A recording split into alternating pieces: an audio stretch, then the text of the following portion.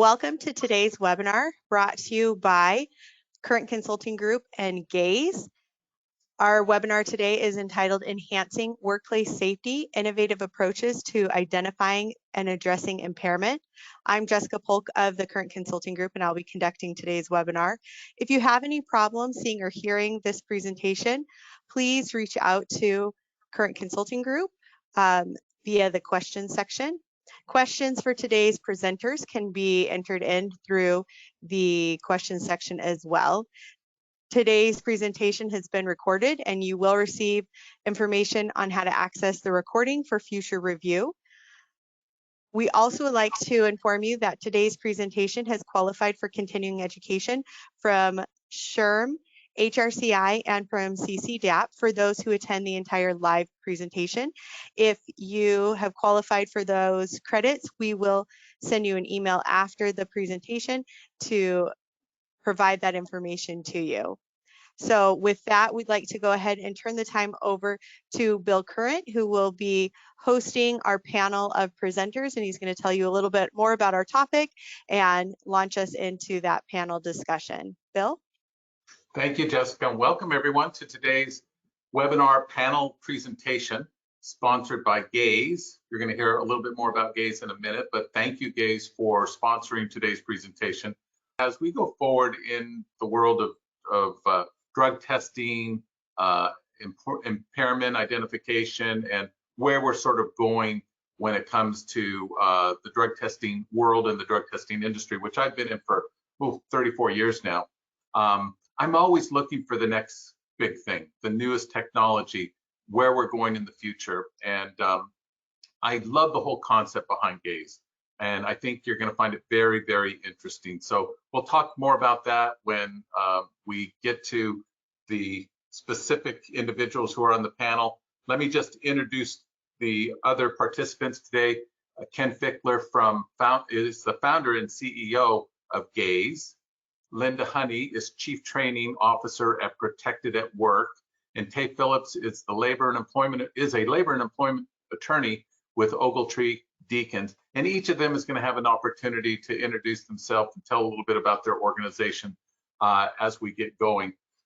But first, this is the agenda we're going to basically follow, but we're going to have an open discussion. We invite you to submit questions, to participate. If there are any questions we don't get to or that you don't hear answered in today's back and forth panel discussion, we'll send out an email later with the question and the answers to everybody who viewed the presentation today. So let me start out by saying, as I was sort of referencing earlier, things are changing dramatically as it refers to the drug-free workplace programs in the United States. The legalization of marijuana is having a direct impact on what employers are doing about substance abuse in the workplace and substance usage, like legal substances, alcohol, etc.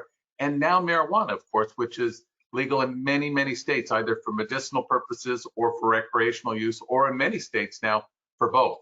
And so drug testing and substance abuse identification remains a critical part of a company's safety program, but how we go about that is changing. And so if you look at the third bullet there, I think there's definitely a shift in the focus from drug use detection to impairment identification. And that's by no means to suggest that drug testing is, sort of going the way of the dodo bird, so to speak. I don't think that's the case, but I think employers are looking for ways to sort of supplement and enhance their programs to create safer and more productive workplaces. And so state-of-the-art impairment screenings and evaluations, I think, are going to become very important to employers, especially in states that have legalized marijuana. We're going to talk about that a little bit as we get into our group discussion. At the Current Consulting Group, we do a survey every year of the drug testing industry, and then we also do one of employers. So we do 2 surveys every year.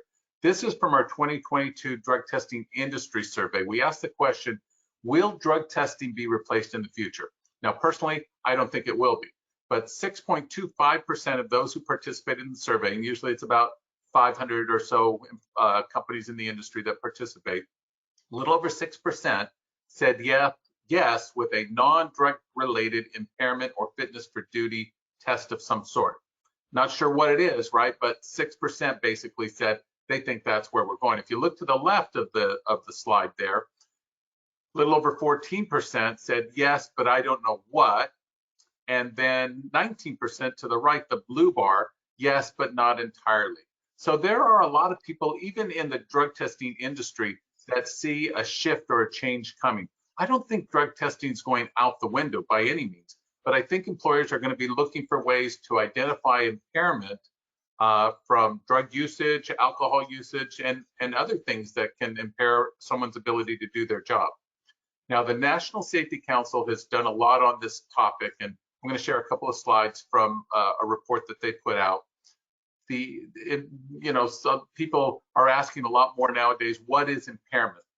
Well, the National Safety Council defines it as the inability to function normally or safely from a change in behavior resulting from chemical substances, alcohol, opioids, cannabis, etc. Physical factors like fatigue, probably like sleep deprivation, right? If you've ever had a brand new baby in the house, everybody's losing sleep, right? Social factors like professional or other stressors, and then mental health well-being. These are all things that the National Safety Council identified as things that can affect somebody's ability to do their job safely and productively. They also shared some statistics from a survey that was conducted. 33% of employers recognize that impairment is impacting their organization in terms of safety, retention, productivity, safety, finances, and reputation. Now, that's interesting, 33%. I think it should be higher.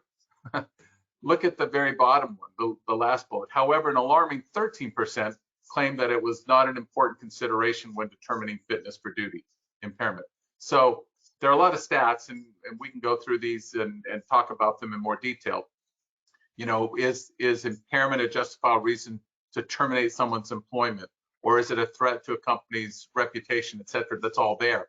But it's interesting that 33% of employers recognize that impairment is impacting lots of things in their organization, and another 13% don't think it's really a factor at all. So a lot more education, a lot more understanding is needed, and I think we're going to see a lot more of that going forward. A lot of it having to do with the legalization of marijuana.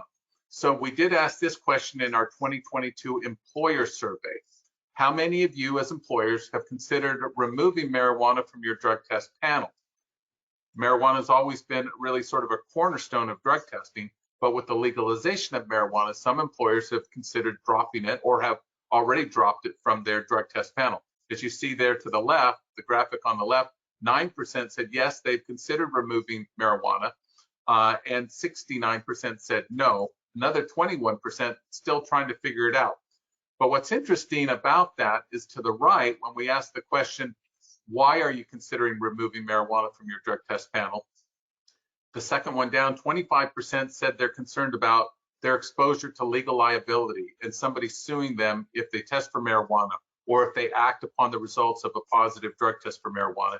And just below that, small percentage, 5%, but it's still significant, claim that testing for marijuana is not actually permitted in their state. And I'll let Tay address that a little bit later when we go through the panel discussion. But again, a lot more education is needed when it comes to this whole issue of marijuana, its relationship to impairment in the workplace, and what employers can do about it. And the bottom line, which is always the bottom line when it comes to business, is that impairment can cost companies money. It can result in lawsuits, lost productivity, absenteeism, and sometimes unsafe behavior, which can result in accidents that cause harm or property damage, or even harm to somebody outside of a company. And all of that adds up.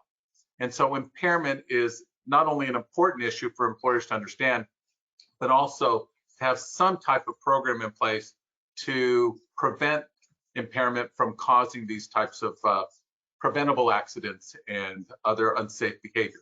So that's just sort of a way to set the table. What I'd like to do now is turn off my sharing here.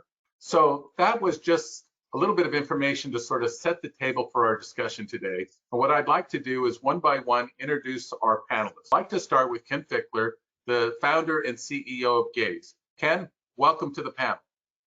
Thanks so much, Bill. It's a pleasure to be here today, and I appreciate everyone tuning in and watching this presentation. I think this is an incredibly timely and important topic, and I'm really excited about the team we've assembled to discuss it. So my name is Ken Fickler. I'm the founder and CEO of Gaze. I created this company to tackle the problem of cannabis legalization and the lack of a device that can check for active impairment. This issue is really something that is both near and dear to my heart and extremely complex. Relative to how alcohol works in the body, cannabis behaves very differently. And so simply measuring the amount of THC that's in the body has been shown by many scientific studies to not be indicative of the experienced impairment or not be predictive of the experienced impairment. And so really what we need to do is look at how someone's behavior is being modified and how their physical, how their body is being modified by the substance in order to understand whether or not they're experiencing impairment. And so what we created is an eye test that measures impairment from cannabis as well as other drugs now. And it runs in a VR headset. This is the device here. What we did is we automated the track my finger eye tests that you're probably familiar with law enforcement officers doing on TV. Hopefully nobody has experienced those in person, but what those are doing is they're looking for certain signs and symptoms of impairment that manifest in the eyes. And so what we did is we automated those exact same tests in the VR headset, and we have embedded eye tracking sensors. Using those eye tracking sensors, we can capture both eye movement data and video. We analyze the data using machine learning models that are trained to detect the exact same signs and symptoms of impairment that law enforcement have been looking for. We also provide the video unaltered as evidence of what happened during that test in case that's ever needed. We are currently shipping. The product launched in February of 23, and so we've been shipping for a couple months now, and the response from the market has been outstanding. We're really, really pleased with how the product is performing, and really excited to share more about it today. Thank you, Ken. And we want to learn more about that as we have our group discussion. Let's move to Linda Honey from Protected at Work. Linda, you've got a little bit of the Hotel California syndrome, right? You've been in the drug testing industry a long time. You sold your company, but you just can't get out of the business. Tell us a little bit about Protected at Work and what you do there. That's exactly right. Thanks, Bill and Ken and Tay. I'm happy to be a part of this panel. So as you said, my name is Linda Honey, and I am the Chief Training Officer for Protected at Work. And Protected at Work really evolved from our drug testing company. I don't remember how many years ago I met Bill, but it's been a long time. So we had the drug testing company. We started doing training. Both myself, I'm a licensed drug and alcohol counselor, which was irrelevant to owning a drug testing company, but it gave us some different background. And then my business partner, Nicole Nance, is a licensed social worker. So again, we had the experience in other areas, started drug testing companies throughout the state of Nevada, and started doing training with people, which is where Protected at Work came from. We tend to work a lot in mining, but manufacturing, construction, all kinds of industries, and just doing different safety training. But to your point, Bill, we can't get away from the drug testing part, or drugs and reasonable suspicion training. That's probably our most popular course. And as you indicated in those slides, employers are confused. I mean, frankly, some of the drug testing companies are confused. And then that's why we have people like Tay, who's an attorney that can help us make sense of what's happening. People don't know what to do. A lot of the things that you just mentioned, I've heard from employers.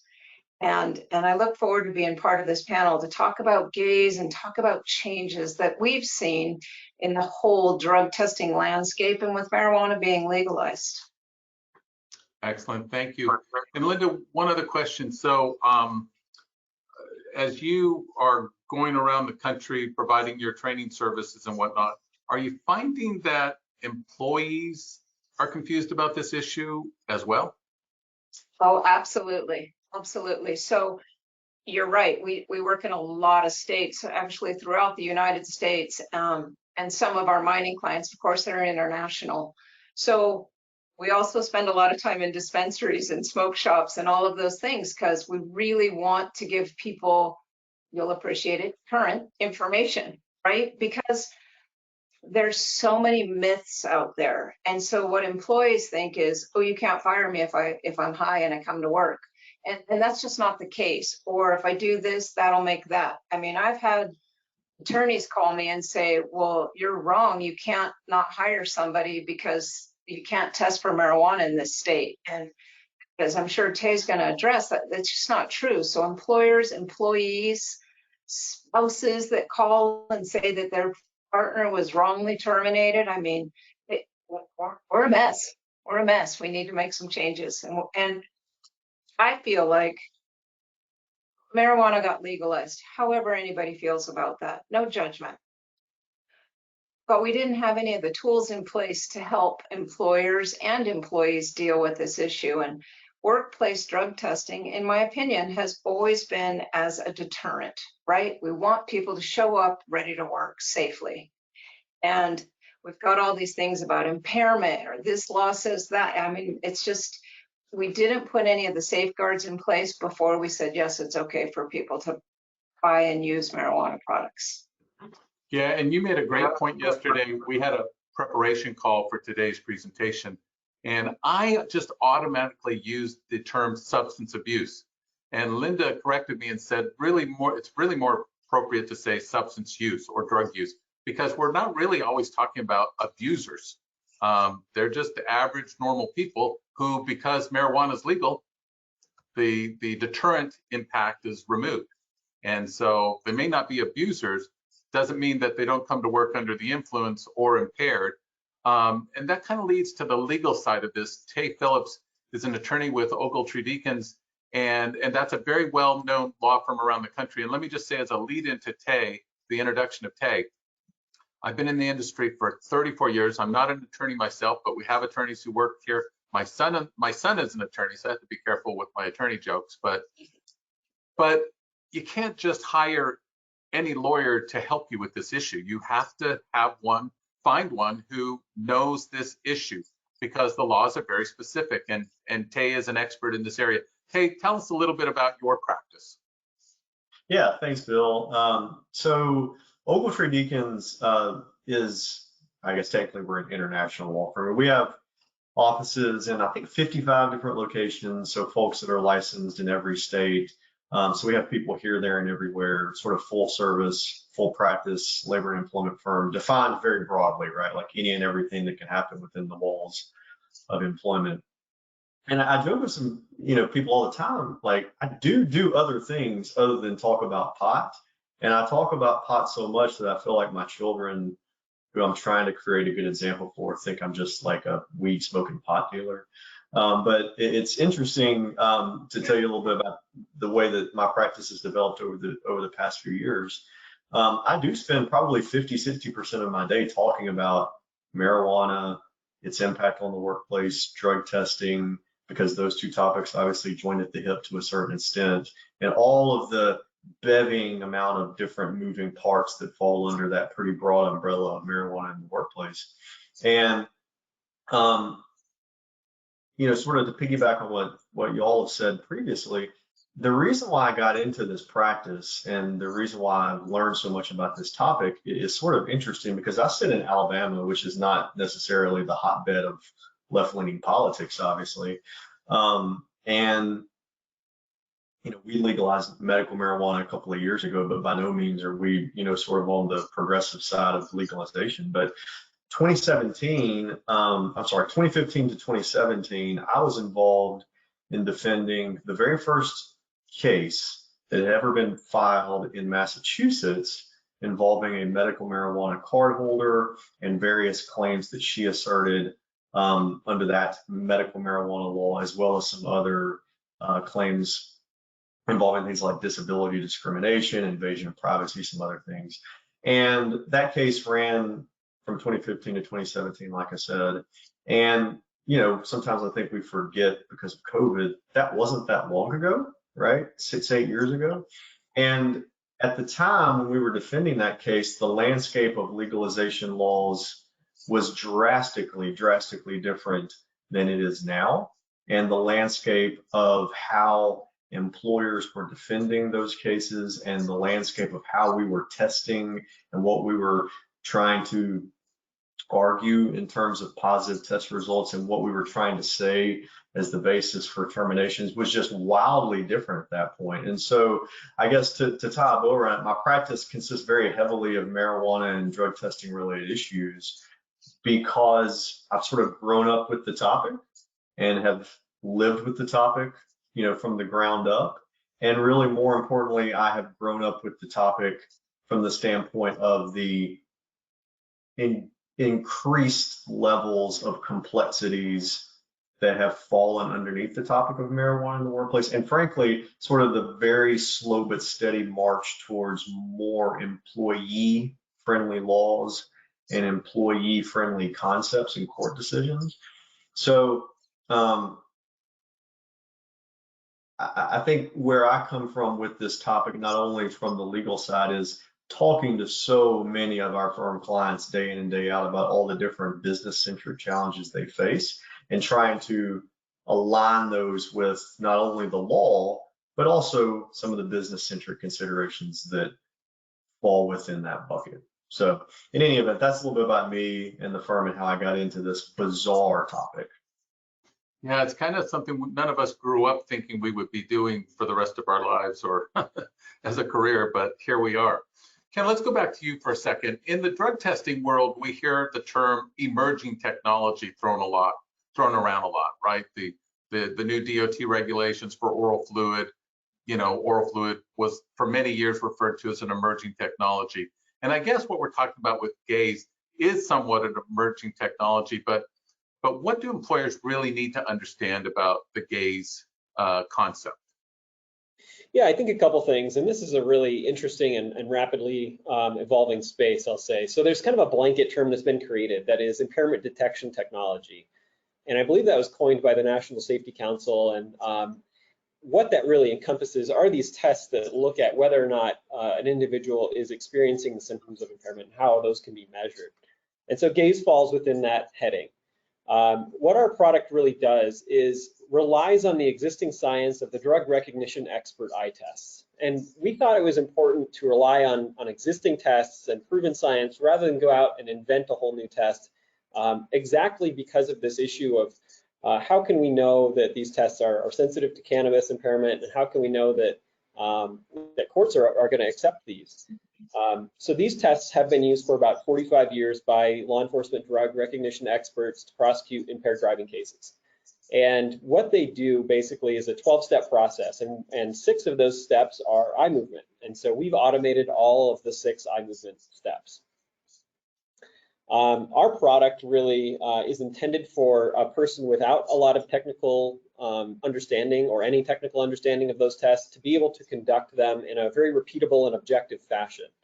And so what happens basically in the testing process is our device talks to someone as they're going through the process, and all they need to do is follow a stimulus that appears in the VR headset. And from there, what we do is we capture very high precision data, both the pupil size down to 100th of a millimeter and the direction in which the eyes are looking down to 16 decimal places of radian accuracy. And so we do that 90 times per second per eye. We end up with about 120,000 data points of information from each test, which we can then analyze using our machine learning models to detect the signs of impairment. What's really interesting, I think, about this is it's a rapid test, a rapid screening test that can be used in virtually any environment. It's completely portable, doesn't require a tethered computer. And so in 6 minutes, from the time you press the start test button, you can have sort of preliminary results as to whether or not someone is experiencing signs of impairment. And I think that's a really powerful and game-changing sort of technology for the workplace safety industry, but also law enforcement. So which industries seem to be showing a lot of interest in Gaze? The industries that we're seeing the most interest from are those with safety-sensitive employees, of course. And so good examples are construction, manufacturing, oil and gas, mining. The drug testing industry has been a good one as well, where our product is actually being used as capital equipment and being used by service providers to go out to their customers and conduct tests. Offshore type activities, logistics are some other good examples. Anything in which someone is expected to perform a job in which they could injure themselves or someone else if they were to be impaired. Those are where we're really focused. Okay, so Linda, that's a great point there. Safety sensitive workplaces, this seems like a no-brainer. But from a training perspective and beyond that, you know, the concept is going to be new to a lot of companies, right? And I think it's important to point out that you know, we can go into more detail about this, but a drug test doesn't prove somebody's impaired, right? There are a lot of factors that go into, you know, determining if somebody's impaired. We do have a legal standard for impairment when it comes to blood alcohol content with an alcohol test, but we don't have that same standard for drugs of abuse or for marijuana in particular. So how do you help an employer sort of get comfortable with the concept of something other than a drug test when it comes to identifying impairment? Yeah, great question, Bill. And I think for me, what is important is that, and I work closely with Ken and Gaze and all of that. So just one of the things that we see as confusion is impairment versus fitness for duty, right? It's language. And going back to the drug testing was used as a deterrent, right? Minimize risk. And if I had cocaine in my system and you gave me a drug test and I was positive for cocaine, I'm fired, right? Because that's what the policy says. But you didn't have to show I was impaired that time. I didn't have to be high on cocaine in that moment. And so I think part of this whole marijuana thing has been such a struggle because a lot of the language is saying, are they high now, right? Or are they impaired now? And again, in our kind of prelim yesterday, Tay brought up a really good thing. And what I heard him say was, and Tay, correct me if I'm wrong, was, should that employee be at work today? I think that's how you put it. And I think employers, again, back to that they've struggled. I think employers, as we teach reasonable suspicion, we talk about objective signs that people can observe. But even though they're objective, there still can be that subjectivity to it. And I see Gaze as a screening tool that can say, hey, something's going on with this person that makes them maybe not safe to be here. As a former drug testing company owner and as an employer and all of that, I don't believe that we should be making legal decisions or hiring decisions, but I think Gaze is the best first step we've had as an option for something for employers to say, something's not right with this person, let's go on to the next part of that process, which for me, I still believe is drug testing. Because I think, as Ken mentioned, you've got a video that shows how people are failing, and Ken, maybe you can touch on the test. I've done it. It says pass or fail, and showing that there's something about my system, and Ken, you'll have to talk scientific, like how I'm not able to successfully pass that test. And then I think we go to the next step. Now we do our drug test. So to your point, Bill, I don't think drug testing is going away, but I think we need something based off the laws, based off how long marijuana is staying in people's systems. We need something to say, hey, something's going on right now. And I think that's what we've been trying to teach our employers. I have clients that have purchased Gaze and others that are kind of right on that edge because it's new, and they need people like Tay to say, like, how do I write my policy? What am I going to do next? What if that says I failed that eye test? What does that mean?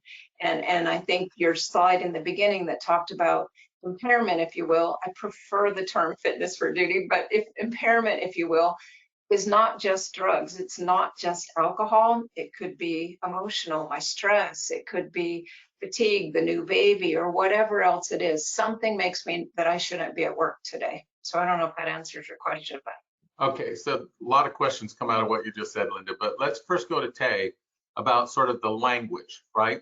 Because some marijuana laws refer to impairment, and then sometimes they refer to under the influence. Maybe they mean the same thing, or maybe not, but it does, beyond the issue of impairment, put employers in sort of a new position. right? Because for years, drug testing's been about identifying, somebody who's got drugs in their system and then maybe punishing them for that, or some type of adverse employment action. But now we've got lawmakers at the state level throwing around terms like impairment or under the influence, et cetera, and maybe meaning the same thing, maybe not always meaning the same thing, but it does put the employer in a position of trying to figure that out. From a legal perspective, how would you respond to that? Yeah, I mean, I think the problem is, you go back historically, right? In the good old days, right? Pre-pot, a positive drug test, you could just take whatever action you wanted by and large, because there were no protections for whether it be a marijuana user, a cocaine user, the list goes on and on and on. So just the drug test itself was sufficient to take action, irrespective of whether or not the person was impaired or not, because as we all know, a drug test doesn't measure it. And the problem is that now you have all these marijuana legalization laws, all of which say completely different things, by the way, from state to state. And, our wonderful, lovely state legislators in all their glory, they use this word impairment. And under the influence, you can use those sort of interchangeably, but they use this word impairment, right? And they say in some of these laws, you can't fire somebody because they use medical or recreational marijuana, whatever the case may be. And then they go on to say, well, you don't have to let people be impaired at work. And I guess none of these legislators have either ever A, smoked pot, or B, been drug tested, because they don't understand that there's a challenge in understanding whether or not someone is or is not impaired, right, under old technology. And so from a legal standpoint, you've got employers who are trying to deal with a very difficult issue of establishing impairment to try and avoid some of these marijuana laws. But historically, there's been no way to measure impairment. And so I think that the ability to establish impairment checks a lot of different boxes, right? It checks a legal box, it checks some practical boxes, it checks some risk management boxes. And taking those one by one, as you said, Bill, a lot of these marijuana laws, they say, hey, you don't have to comply with this law if the person is impaired. And so if you can establish impairment, then bang, you've got sort of an easy defense that you can assert in defending some of these legal claims. In addition to that, from a risk management standpoint, if you can establish impairment, then you are going to dissuade claims from being filed against you to begin with, because, think about it from sort of the practical aspect. What plaintiff's attorney or what employee is going to try and fight an uphill battle of trying to assert an employment-related claim when they're impaired, right? And if you can say, look, here's the test. We hooked you up to this device. It says you're impaired. What do you have to say about that? Then that's going to dissuade your risks, and that creates risk management just in general, in addition to creating that legal defense to some of these various claims. And then I always like to think when I'm advising clients, look, I can tell you the law, and the law is great and wonderful and blah, blah, blah, blah, blah, but you still have to run your business. So you got to think about, what are the stakeholders in your organization saying? What do they think? What are they trying to achieve? And I think that internally within organizations, we have a lot of different voices that are saying different things and that may have different opinions about marijuana, whether it is the HR people who just want to hire people and they may care a lot less about marijuana. You've got the in-house lawyers who are just trying to reduce risk. You've got environmental health and safety, and they're obviously the ones that are the least tolerant towards marijuana. You've got CEO, you got COO, but anyway, you have all these different buckets of people. And I think that irrespective of what all of those people think when it comes to marijuana, I think all of them agree, we don't want people to be impaired at work, because people being impaired at work can create safety issues, it can create performance issues, and we just frankly don't want somebody who is so stupid that they decide to smoke weed and then come to work. So we all collectively want to prevent people from being impaired at work. And so if you can find that technology that establishes impairment, then all of a sudden you've not only got the legal defense, you've got the risk management tool, you also have the thing that will check the box for all of your internal stakeholders, because you all of a sudden now have the ability to prevent actual impairment at work, right? I hear from clients all the time, we don't care what, Ken and Linda and Bill, we don't care what they do on the weekends. We don't care what they do with the Grateful Dead concert on the weekend, but we do care about what they're doing at work. And so if you have the ability, again, to measure that impairment, then it begins to check all the different boxes that you want to check, not only from the legal standpoint, but also from the business standpoint. So Bill, I know I got way off on a tangent there, but I think that the bottom line is the ability to measure impairment is the white whale that I think most employers have been looking for. Okay, one, I love your reference to the Grateful Dead. Thank you for that. As the oldest person on this panel. But both Tay and Linda have kind of referenced the technology. Let's come back to that for a second. So it wasn't that long ago, maybe 2021, when New Jersey passed its recreational marijuana law.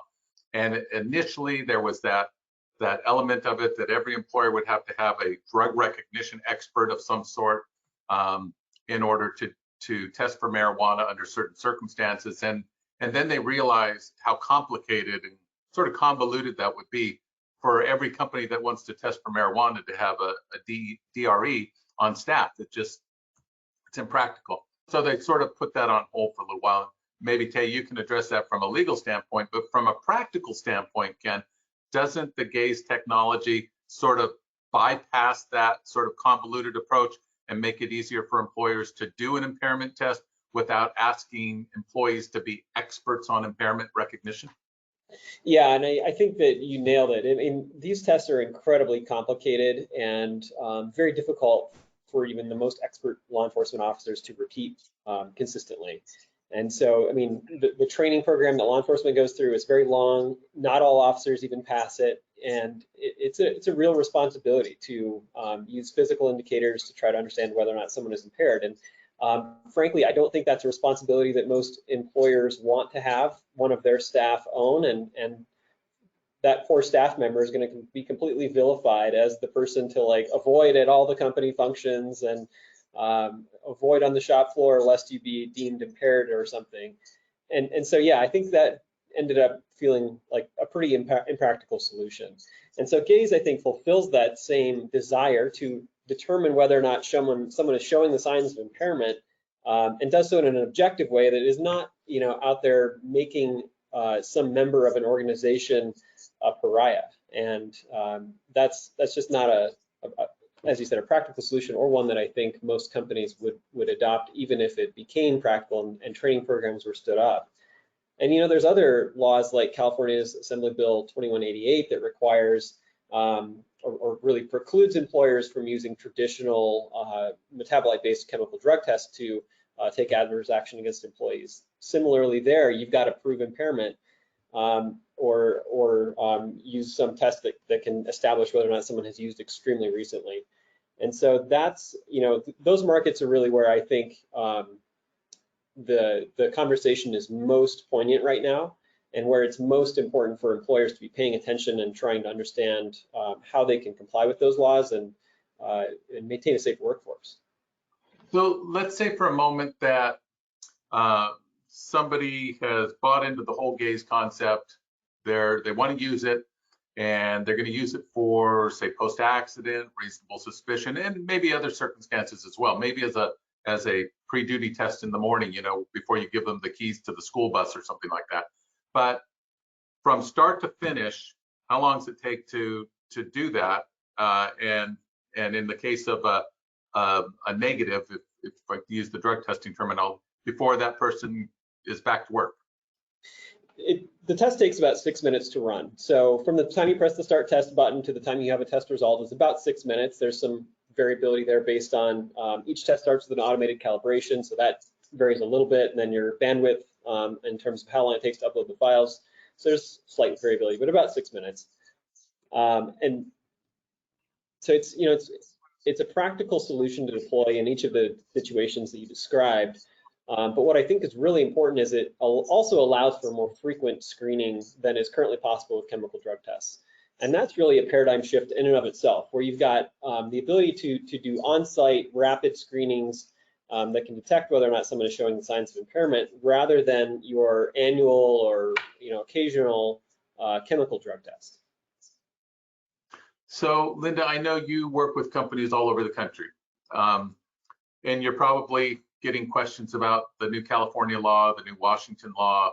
We'll give Ken a chance to talk about that in a second, because I do have a specific question on that as it relates to impairment.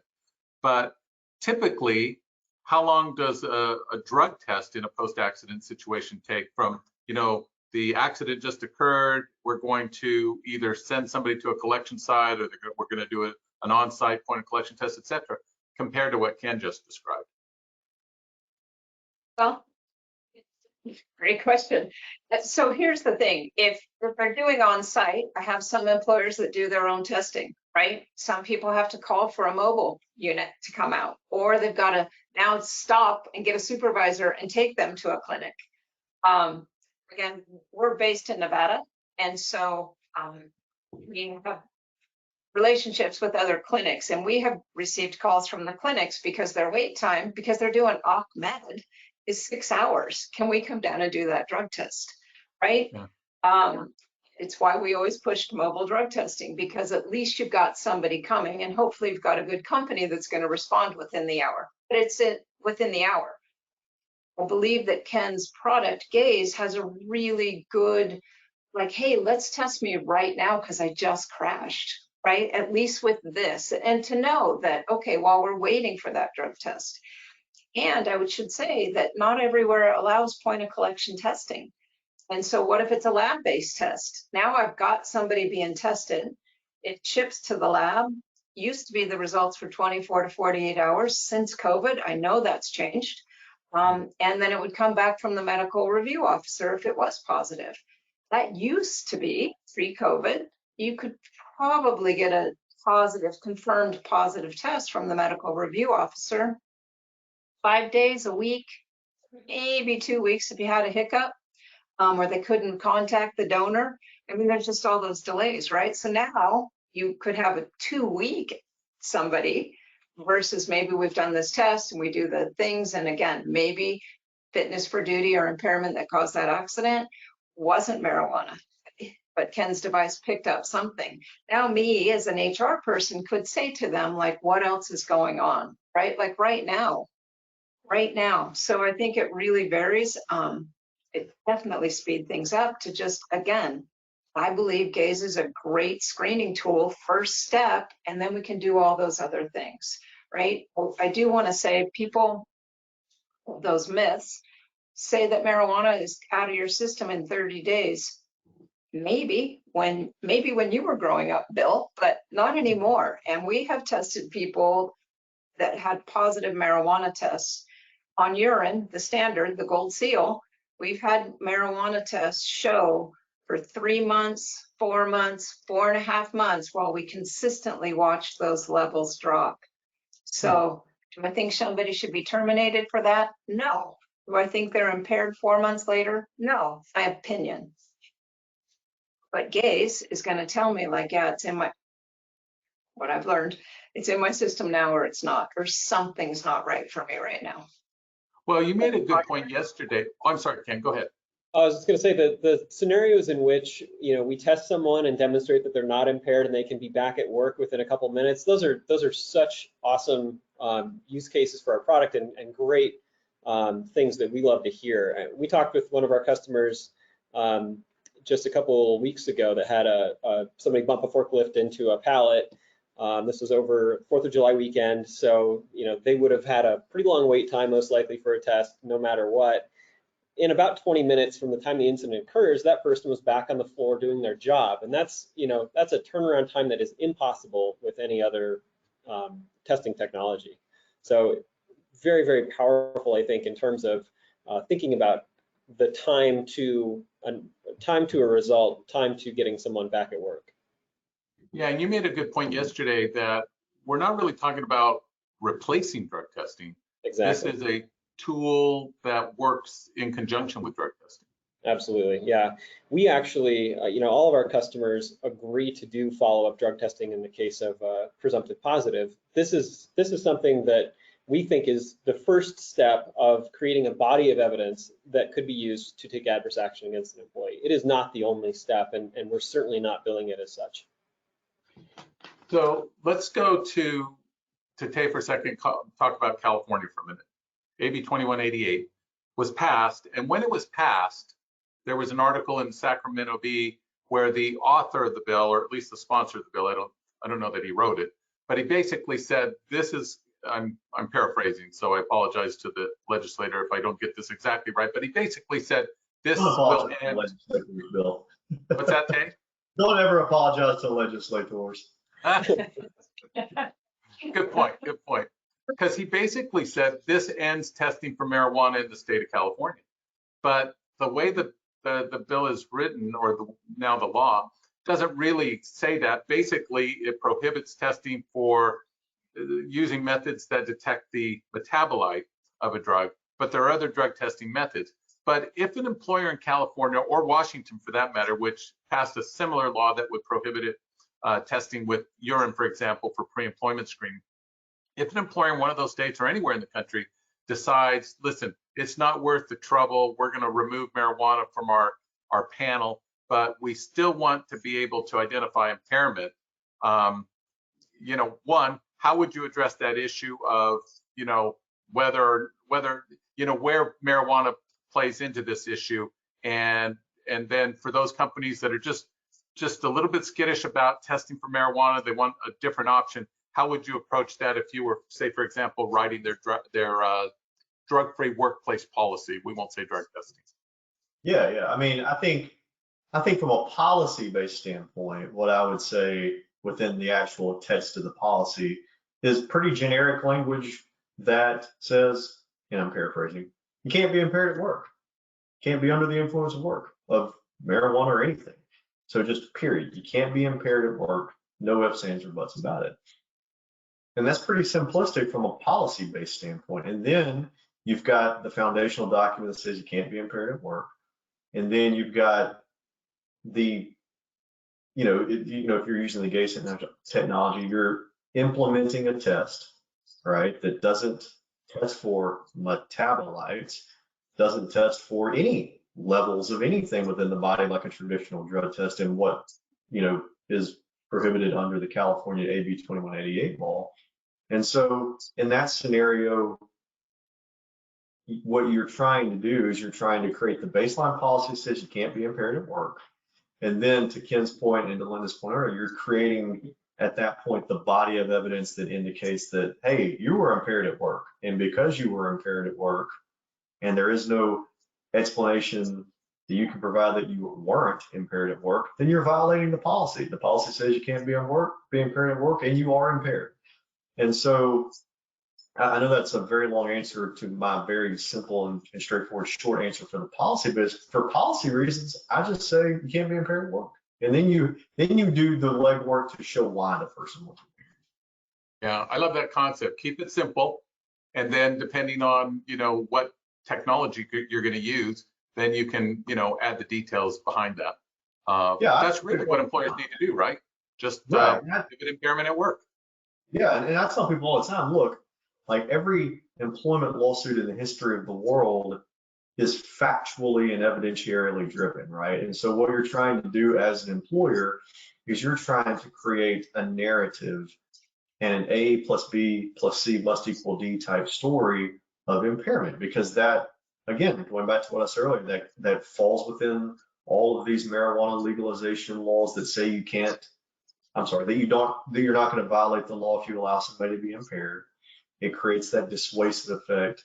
And what you're trying to do is you're trying to create a narrative that, maybe goes like this. We saw Bill, he was stumbling around in the workplace. We observed that, we documented it. We administered this Gaze test, right? Test is positive, meaning that according to that test, he is impaired at the moment in which we administered the test.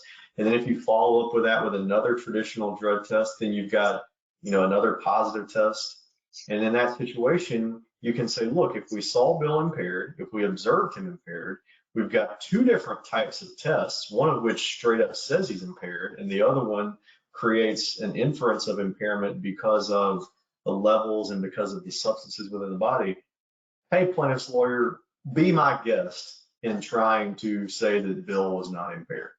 And so you're creating that story that really is pretty airtight, right? And I remind clients all the time, plaintiff's lawyers, they don't want to take cases that are hard, right? Why would you take a hard case, and in this situation, and in our example, trying to prove a negative, when you could take an easy case? Yeah. Well, that leads to a good question in my mind, Ken. So could you hold up the Gaize device again? So they put that on, right? They kind of put it over the head like that. What are they seeing when they look inside there?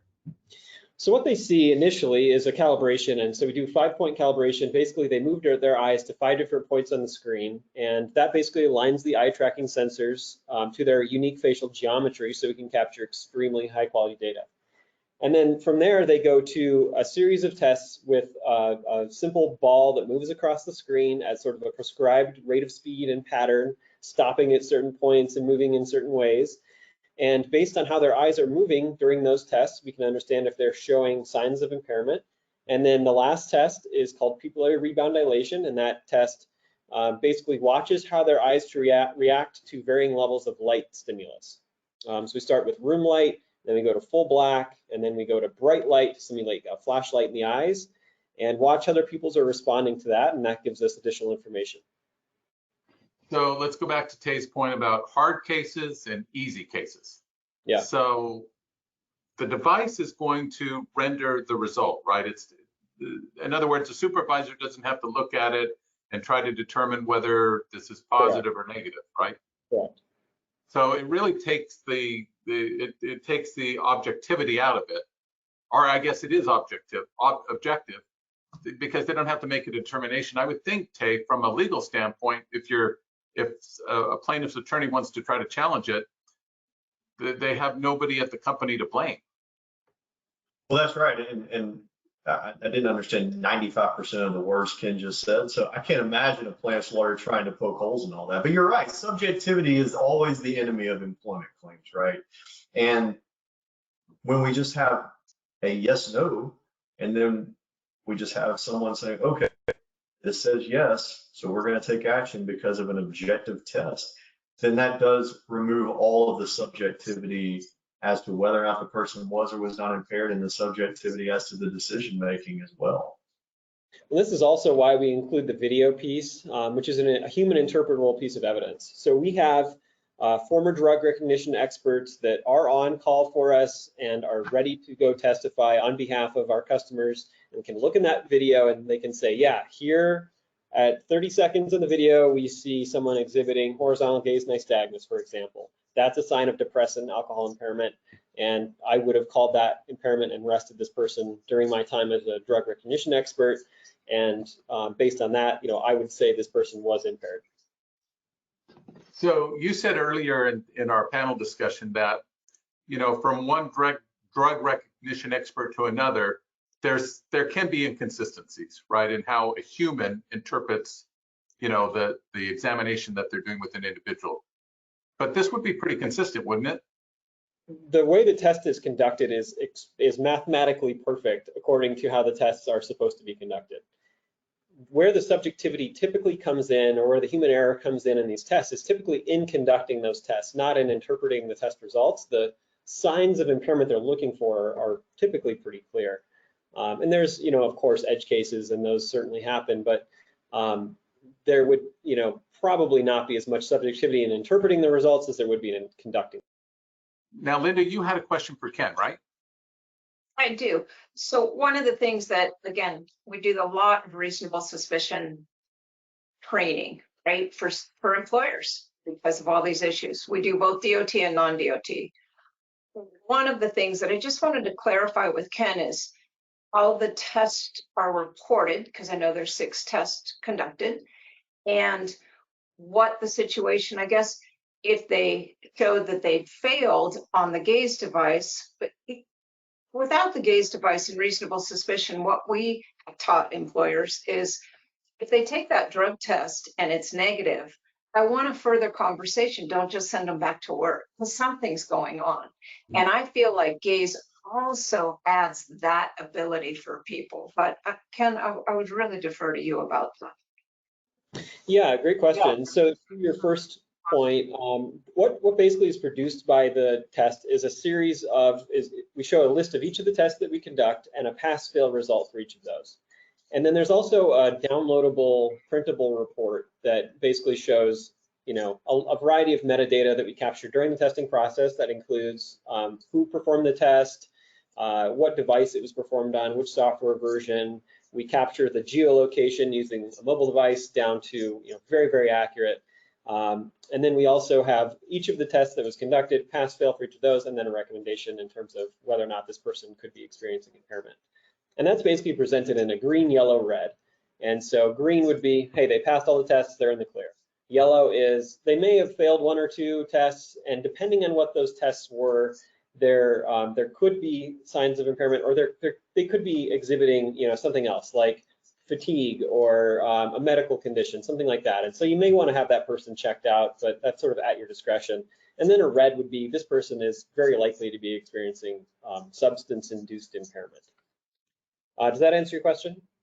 Yeah, it does, and I appreciate that. Yeah, and so to your second point, you know, each of these tests is designed to elicit certain signs of impairment. And there are some conditions that can cause failures on some of these tests. And so, for example, Parkinson's is a condition that can cause failure on nystagmus. And this is where the conversation really, I think, shifts away from substance abuse or substance use and towards more of this holistic idea of impairment and fitness for duty. So in the case of Parkinson's, for example, if someone is exhibiting nystagmus, they fail the nystagmus tests on Gaze, we would show a red, and that would indicate, hey, this person is likely not going to be fit for duty. And that really is something that the employer can look at and say, yeah, you know, we probably don't want the person with Parkinson's to be driving the crane for the day or the forklift. Like, that's an important piece of information that they need to understand and then learn how to deal with. Does that answer the question? Okay. I think that's great. Hey, what would be sort of the legal angle to that? Yeah, I mean, I think there's 2 different things, right? Number one, if you've got something that indicates that the person was impaired, then I think that if you were to take legal action, adverse action, if you were to terminate that individual, I think that the practical risk is probably pretty low just because of the finding of impairment. Now, as far as, you know, sort of the legal analysis from a deeper standpoint of, you know, maybe we have a negative test over here on a drug test, maybe we have a positive test over here on a Gaze device. I think that's probably the situation where 95% of employers will pick up the phone and call me or their lawyer or their in-house lawyer and say, hey, what should I do? And I think in that situation, it's going through sort of a convoluted risk profile of, okay, if you were to terminate this person, what are the potential legal risks? Would you prefer maybe just to send that person for a fitness for duty through your company doctor? There's a lot of different moving parts there, but as far as like the pure legal analysis, it would be very fact specific and job specific. But I think that the most prudent thing to do in that situation, if you've got conflicting tests, is to just pause and run them through a fitness for duty with the company doctor. Excellent, thank you. So let's go through some closing comments from our panelists. Thank you all for participating today. Linda, Tay, Ken, great job. Linda, why don't you go first, and then Tay, and then Ken with any closing comments that you'd like to make. Thanks, Bill, and thanks to all of you. This was a really good experience. I think what I would like to say to people is that Protected at Work got an extensive background with drug and alcohol testing and the process and working with employers in a variety of industries. And I think Gaze is a great tool to help in so many ways. We've all probably seen a lot of different products, and Gaze was one of the very first ones that we as a company made the decision to work closely with, because I think people need help. Protected at Work is here to do any training anybody might need, and Little side note, it's not just employers and employees that we work with training. We're doing schools, we're getting a lot of community service kind of asks where I see this device, like you said earlier, Bill, this can do a lot of tests fast. And a lot of people are being affected by drug and drug use or misuse at this point. And not just around marijuana, but that's a whole nother story. So we'll do that one some other time, Bill. Anyhow, thanks for having me.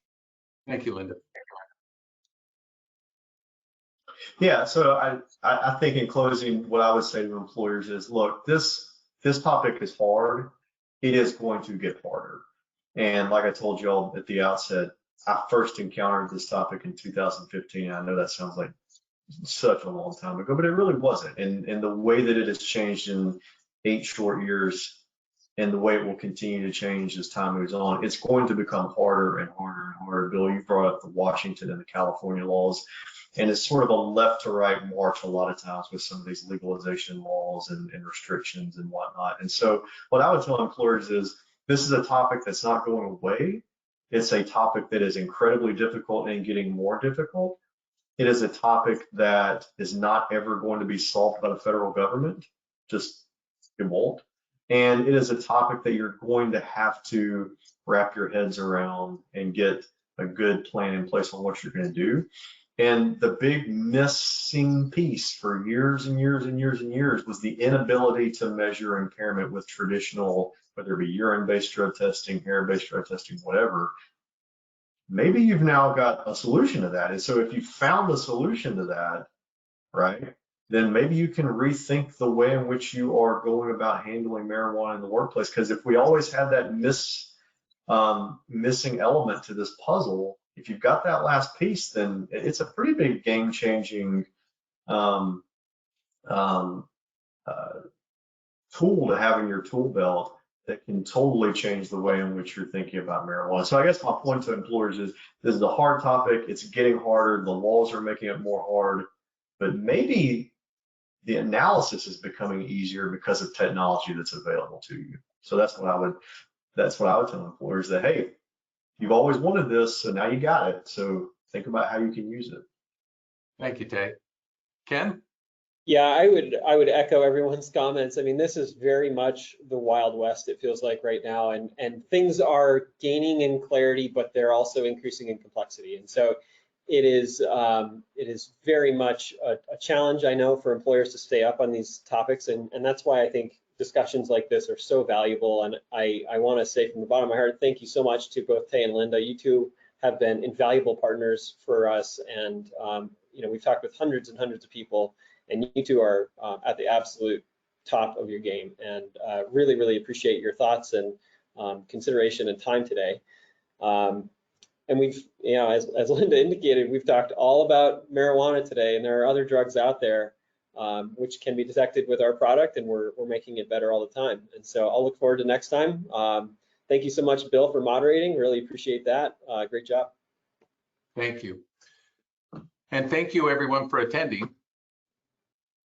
All right, thank you so much, Bill, and thank you to our panel, Ken, Linda, and Tay, for joining us today. On behalf of Current Consulting Group and Gaze, we thank you for your attendance at today's webinar. Today's presentation has pre-qualified for continuing education credits from HRCI, SHRM, and for CCDAT for those who attended the entire 1-hour presentation. We will send out information about those credits for those who have qualified. If you have any questions for today's presenters that were not asked, that were submitted to the question section, we will reach out to you to provide answers to you. But additionally, if you have any questions after today's webinar and you'd like to reach out to Gaze or to Current Consulting Group or to Linda or Tay, we can help get you in touch with them as well. And with that, we conclude today's webinar. Thank you so much for your time and have a great day.